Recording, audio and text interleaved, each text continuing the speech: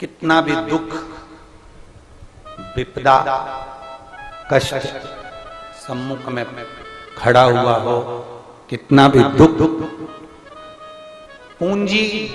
धन की अगर आपको कमी पड़ रही है और ऐसा लग रहा है कि मेरे पास में कुछ भी नहीं, हम तो यहां तक कहेंगे कोई मकान बना रहे हो, बेटी का विवाह कर रहे हो, बेटे का विवाह कर रहे हो, कोई अच्छा कार्य कर रहे हो, धन संपदा की भी कमती दिखे तो उस समय पर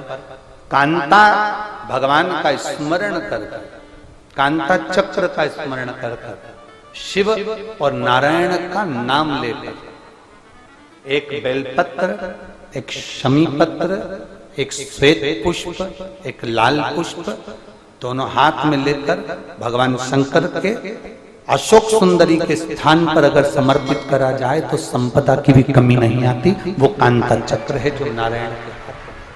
यहां तक शिव महापुराण की कथा कहती है, अगर कोई विद्वत ब्राह्मण ने आपको बताया है कि आपके घर में पितृदोष है, कोई विद्वान ब्राह्मण ने बता दिया कि आपके घर में काल सर्प दोष है, कोई विद्वान ब्राह्मण ने बता दिया कि आपके यहाँ पर ये वास्तु दोष है और इस दोष को मिटाना जरूरी है, कोई ने आपको बताया, उस समय पर हमें घबराना नहीं।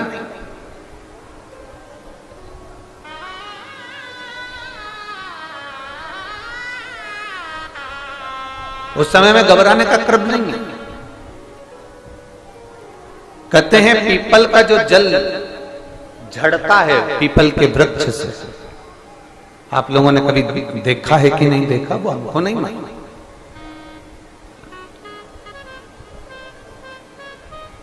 कितना भी अगर कोई वास्तु दोष बता दिया, पितृदोष बता दिया, काल सर्प दोष बता दिया, कितना भी अगर कोई दोष बता दे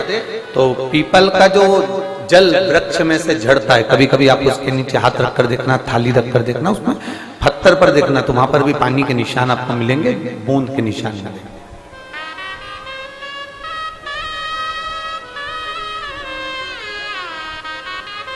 मात्र उस पीपल के वृक्ष के जल की एक बिंदी, एकमात्र बिंदी, शंकर भगवान का जो शिवलिंग है जलाधारी है, चरण है, गणेश कार्तिकेय का स्थान है, अशोक सुंदरी का स्थान है, और प्रत्येक जलाधारी में से पानी बीच में से आकर नीचे की ओर गिरता है, नीचे की ओर गिरता है। आप लोगों के स्मरण में हमने पहले भी बताया कि राइट में किसका स्थान है, गणेश जी का, लेफ्ट में कार्तिकेय, बीच में अशोक सुंदरी, ये क्या है, पार्वती जी का हस्त कमल शिवलिंग, और ऊपर से जो जल एक एक बूंद शंकर जी के शिवलिंग पर गिर रहा है वो शंकर जी की 5 लड़कियां जया, विषहरा, शामली बारी, दौतली और देव, शंकर जी की 5 लड़कियों एक एक बूंद पानी शिव जी पर गिरा। जहां जल नीचे गिरता है उस स्थान से जहां तक जल बहकर जा रहा है उस स्थान तक 33 कोटि देवताओं का स्थान, 33 कोटि देवताओं का स्थान। अब जहां पानी आया, जहां नीचे गिरा, उसके बीच में जो स्थान होता है, आप लोगों ने देखा है कि नहीं देखा? जिनने देखा है जरा हाथ उठाओ। ये पानी जैसे यहां तक आया और यहां के बाद नीचे गिरेगा, तब वो नाली के माध्यम से बाहर जाएगा, तो जितनी दूर यहां से वो नीचे की ओर जो गिर रहा है, यहां से वो नीचे की ओर जो पानी जा रहा है, ये जो स्थान होता है ये हमारे 3 दोषों को निवारण तुरंत कर देता है। एक हमारा पितृदोष, एक हमारा काल सर्प दोष और एक हमारा वास्तु दोष का निवारण ये तुरंत करता है। और ये तो हमने केवल आपको शिव महापुराण के माध्यम से बताया कि ये 3 दोष का निवारण कर देता है, पर यदि कभी आप ध्यान से लिंग पुराण को पढ़ेंगे, आप यदि लिंग पुराण को पढ़ेंगे और गीता प्रेस गोरखपुर की लिंग पुराण को लाकर यदि आप पढ़ते हैं, या गीता प्रेस गोरखपुर की शिव अंक को भी आप अगर पढ़ेंगे, उसका नंबर हमारे स्मरण में नहीं आ रहा है, शिव अंक को भी अगर आप पढ़ेंगे तो उसमें भी आपको वर्णन मिलेगा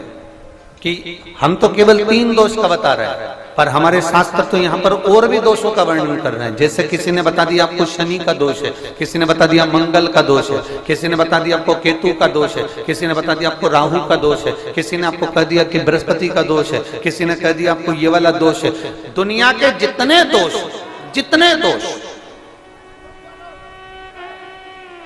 पीपल के वृक्ष के झड़ता हुआ जल की एक बूंद का स्पर्श, भले वो सूख गई हो, उसका एक स्पर्श मात्र जहां पानी नीचे की ओर गिर रहा है, उतनी